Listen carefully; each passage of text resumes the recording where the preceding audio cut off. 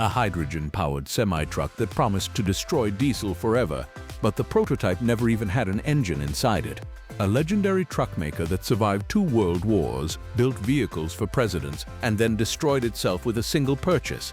And an aerodynamic big rig so advanced it saved 23% on fuel, yet it failed so badly that Ford abandoned the entire semi-truck industry and never came back.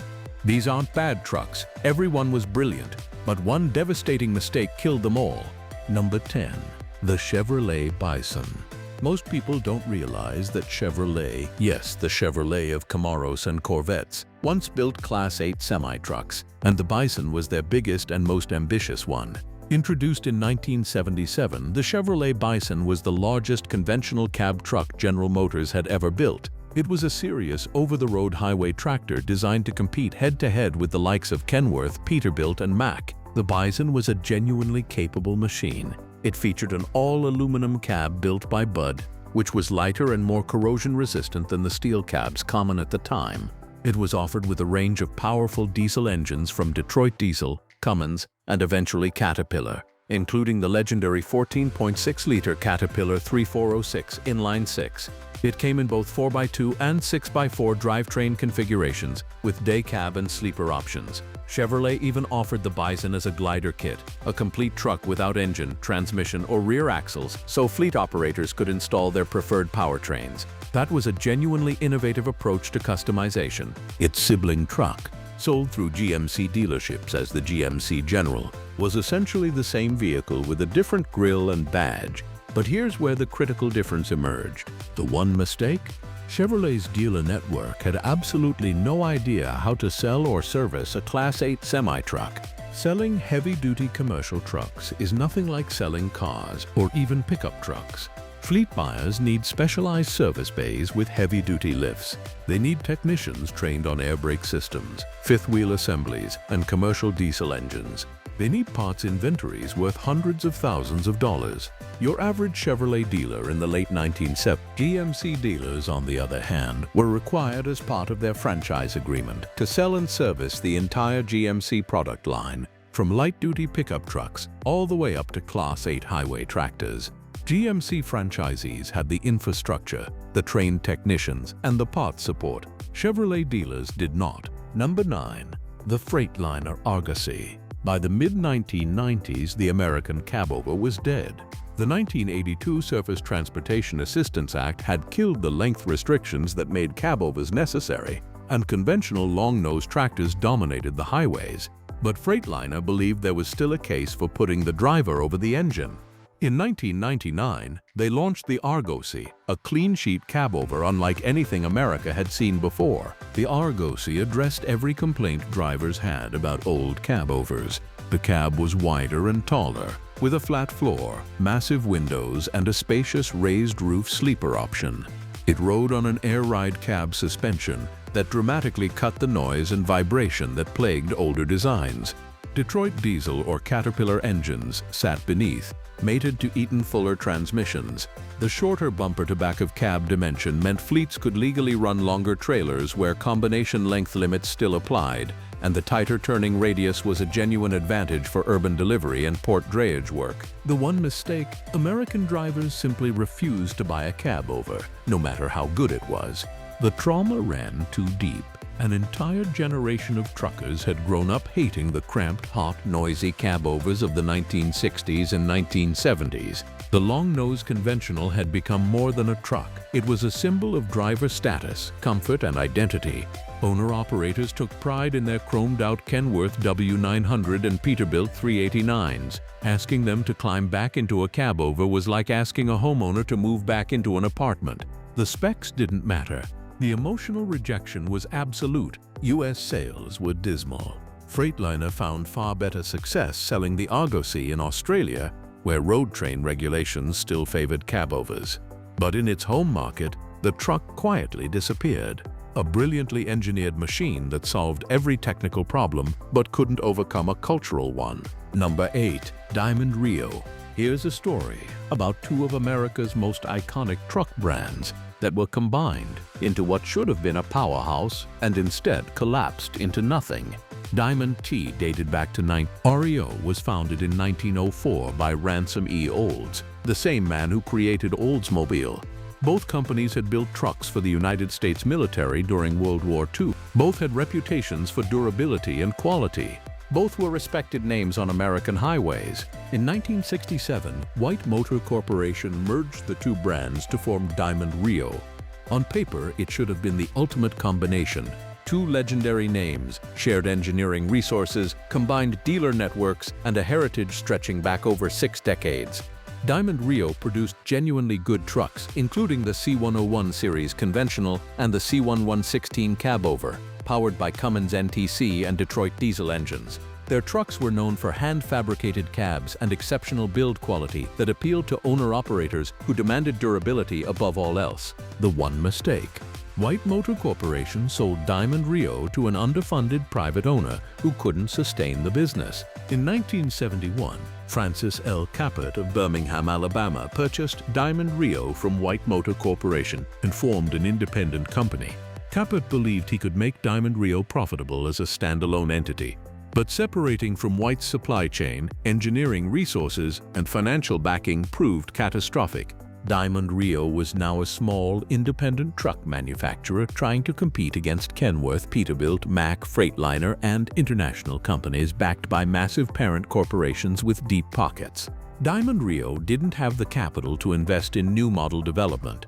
It didn't have the purchasing power to negotiate competitive prices on engines and components. It didn't have the dealer network coverage to provide nationwide service support. Number 7. White Motor Company. Few names in American trucking history carry as much weight as White. The White Motor Company started building vehicles in 1900 before Henry Ford's Model T even existed. White built steam-powered automobiles for President Theodore Roosevelt. During World War I, White became the #1 truck manufacturer in America.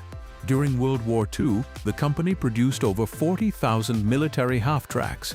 By the 1960s, White was one of the dominant forces in heavy-duty trucking, with sales reaching $770 million by 1967. White had an incredible portfolio. It acquired Autocar in 1953. It bought Sterling Trucks.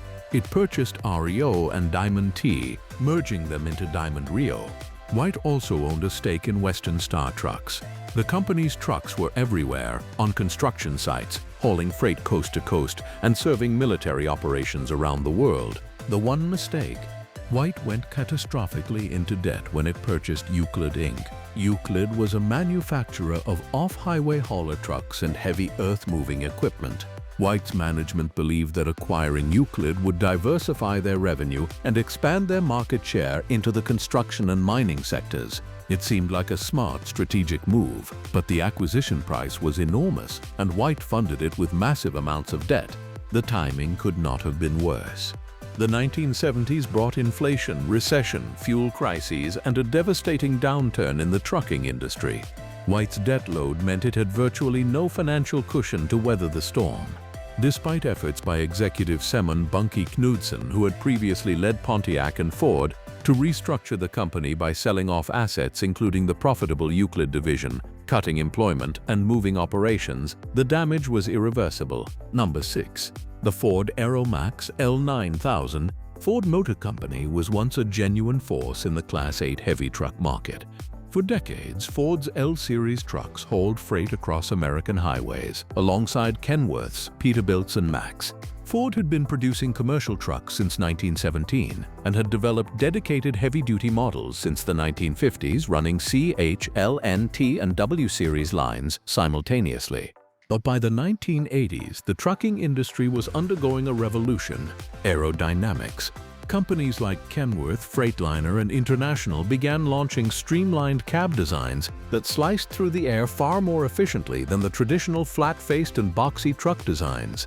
In an industry where fuel is the single largest operating expense, even small improvements in aerodynamic efficiency translate into enormous savings over millions of miles. Ford saw this happening and responded with what should have been a game-changer, the Aeromax L9000. Launched in The Aeromax was an extensive aerodynamic overhaul of Ford's existing L-Series. It featured integrated headlights curved into the hood and fenders, an air dam bumper that directed airflow around the truck, and sculpted fender flares designed to route air over the wheel wells. Ford's marketing claimed that 50% of the power needed to move a truck down the highway was wasted on air drag, and the Aeromax addressed this head-on. The result was a roughly 23% improvement in fuel economy, an improvement of about 1.7 miles per gallon over Ford's previous conventional L-Series trucks. The one mistake: Ford was 5 to 7 years late. By 1988, their competitors had already captured the aero market. Kenworth, Freightliner, and International had launched their aerodynamic models in the early to mid-19. Fleet managers and owner-operators who needed aero trucks had already committed to those brands. By the time the Aeromax arrived, the market had moved on. Ford's truck was technically excellent, but the buying decisions had been made years earlier. Aeromax sales were deeply disappointing. Ford's heavy truck market share continued to erode. In February 1997, Ford made the decision that shocked the industry. It sold its entire heavy truck division to Freightliner for approximately $200 million. Ford, one of the most recognizable names in American automotive history, permanently exited the Class 8 semi-truck market and has never returned. A truck that delivered exactly what the market needed, but arrived years after the market had already chosen its winners. Timing in the trucking industry is everything. Number 5. American cabover trucks. This entry isn't about one truck. It's about an entire category of trucks that were brilliantly engineered to solve a specific problem, only to be wiped out overnight by a single piece of legislation. Cabover engine trucks, cabovers, were a fixture of American highways from the 1950s through the early 1980s. Manufacturers like Kenworth, Peterbilt, Freightliner, Mack, International, and GMC all produced cabover models. The design placed the driver directly above the engine, creating a flat-faced truck with a dramatically shorter wheelbase than a conventional long-nosed tractor. Mack alone produced over 59,000 F-model cabovers. Kenworth's K100 and Freightliner's FLT were iconic machines. Cabovers existed for one very specific, very practical reason: length regulations. Before 1982, federal and state laws limited the overall combined length of a truck and trailer, with a conventional long-hood truck eating up 20 or more feet of that allowance with just the tractor. A cabover's shorter profile meant the same truck-trailer combination could fit a longer and therefore more profitable trailer. The one mistake? The engineers and manufacturers who championed the cabover couldn't account for a change in federal law. In 1982, the Surface Transportation Assistance Act was signed into law. Among its provisions, this legislation set a minimum trailer length of 48 feet on the national highway network and, critically, eliminated restrictions on overall truck and trailer combination length. Suddenly, you could run a conventional long-nosed tractor with a full-length trailer without exceeding any federal limits. Overnight, the cabover's single biggest advantage, its shorter length, became irrelevant, and the cabover's disadvantages suddenly mattered a lot more. Cabovers were cramped and uncomfortable for drivers who spent weeks on the road. The engine was directly beneath the cab, meaning noise, heat, and vibration were constant companions. Access to the engine for maintenance required tilting the entire cab forward, a complicated and time-consuming process compared to simply popping the hood on a conventional truck. Number 4. Sterling trucks. When Ford sold its heavy truck division to Freightliner, a Daimler subsidiary, in 1997, Daimler gained Ford's product lines, the Louisville assembly plant, and an established dealer network. Rather than absorbing everything into Freightliner, Daimler made a bold move. It revived the Sterling name. Sterling Trucks was reborn in 1998. The original Sterling brand dated back to the early 1900s and had been part of the White Motor Company family for decades. Daimler positioned the new Sterling as a mid-market brand, slotting between value-oriented Freightliner and premium Western Star. Sterling offered Class 5 through Class 8 trucks, including the A-line and L-line highway tractors and vocational models for dump, mixer, and refuse applications. They were solid, capable trucks with competitive pricing. The one mistake: Daimler created a brand that directly cannibalized its own flagship product. Sterling shared too many components, too much engineering, and too many market segments with Freightliner. Dealers carrying both brands found themselves competing against their own showroom. Fleet buyers who would have purchased Freightliners chose Sterlings at lower price points instead, eroding Daimler's margins. Rather than expanding the customer base, Sterling was splitting it. When the 2008 financial crisis hammered the trucking industry, Daimler needed to cut costs fast. Sterling was the obvious sacrifice. Daimler announced it would discontinue the brand, and the last Sterling trucks rolled off the line in 2009. A brand revived just 11 years earlier was dead again. Sterling wasn't killed by bad engineering or unreliable trucks. It was killed by a corporate strategy that was fatally flawed from day one. Daimler built a competitor to its own best-selling product, then wondered why the math never worked. Sometimes the most dangerous rival in your market is the one you created yourself. Number 3. The Caterpillar CT660. Caterpillar is one of the most recognizable names in heavy equipment on Earth. Cat engines, particularly the legendary 3406 and C15, powered millions of semi-trucks for decades.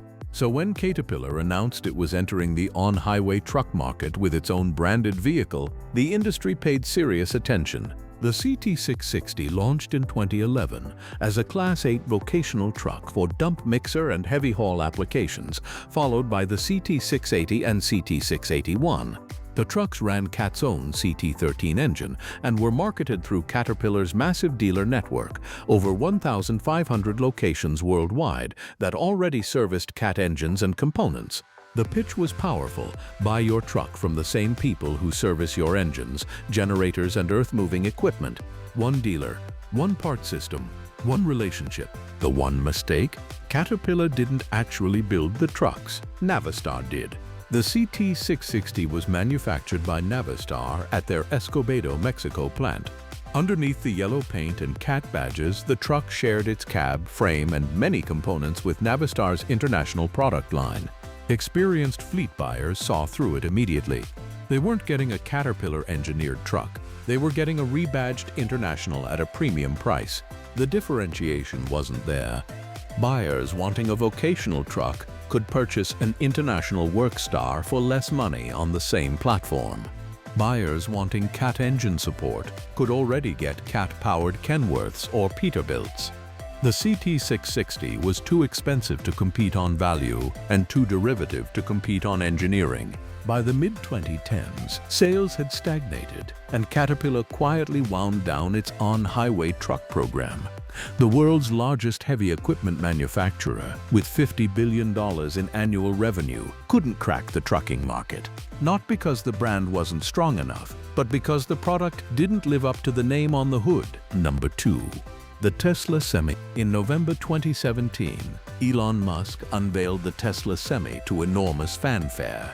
The presentation was classic: Musk, dramatic, packed with jaw-dropping numbers, and designed to make the entire trucking industry look obsolete. The Tesla Semi promised over 1,000 horsepower, a 500-mile range on a single charge, 0 to 60 acceleration of just 20 seconds while fully loaded at 80,000 pounds, 3 times faster than the average diesel Semi. Musk declared it would be the safest, most comfortable truck ever. Reservations poured in from Walmart, FedEx, J.B. Hunt, PepsiCo, and UPS. Mass production was promised for 2019. The one mistake: Musk set a production timeline that was physically impossible to meet, and then missed it over and over and over again. Production didn't happen in 2019, or 2020, or 2021. In December 2022, Tesla held an event where it delivered a handful of semi-trucks to PepsiCo, roughly 35 units total. But this was not mass production. These were pilot units built at Tesla's Nevada facility. In 2023, Musk said he was tentatively aiming for 50,000 units in 20. That didn't happen either. The Semi requires a massive 850 to 900 kilowatt-hour battery pack, several times larger than a Model S, and Tesla simply didn't have enough battery production capacity. By 2025, Tesla was still building only a few dozen trucks. A new high-volume production factory was under construction in Nevada, but full production was pushed to 2026. Meanwhile, customers who had placed reservations in 2017 were still waiting. Ryder, a major early partner, slashed its order from 42 to 18 trucks and requested a 28-month extension, citing dramatic changes to the Tesla product economics. Number 1. Nikola Motor Company.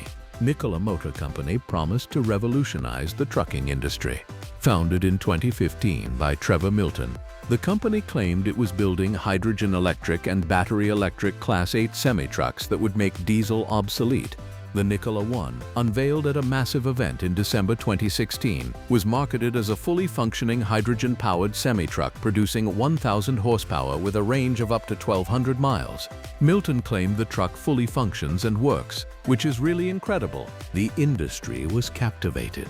Nikola went public in June 2020 through a SPAC merger with Vecto IQ Acquisition Corp, and its stock price soared. At its peak, Nikola's market capitalization briefly exceeded that of Ford Motor Company, a company that had been building trucks for over a century. General Motors signed a $2 billion partnership deal. The future seemed limitless. The one mistake? Almost everything Milton said was a lie. In September 2020, short-selling research firm Hindenburg Research published a devastating report titled "Nikola: How to Parlay an Ocean of Lies into a Partnership with the Largest Auto OEM in America." The report alleged that Nikola's success was built on an intricate fraud. The most damning revelation? Nikola had produced a promotional video showing the Nikola One driving down a road under its own power. In reality, the truck had been towed to the top of a hill and filmed rolling downhill.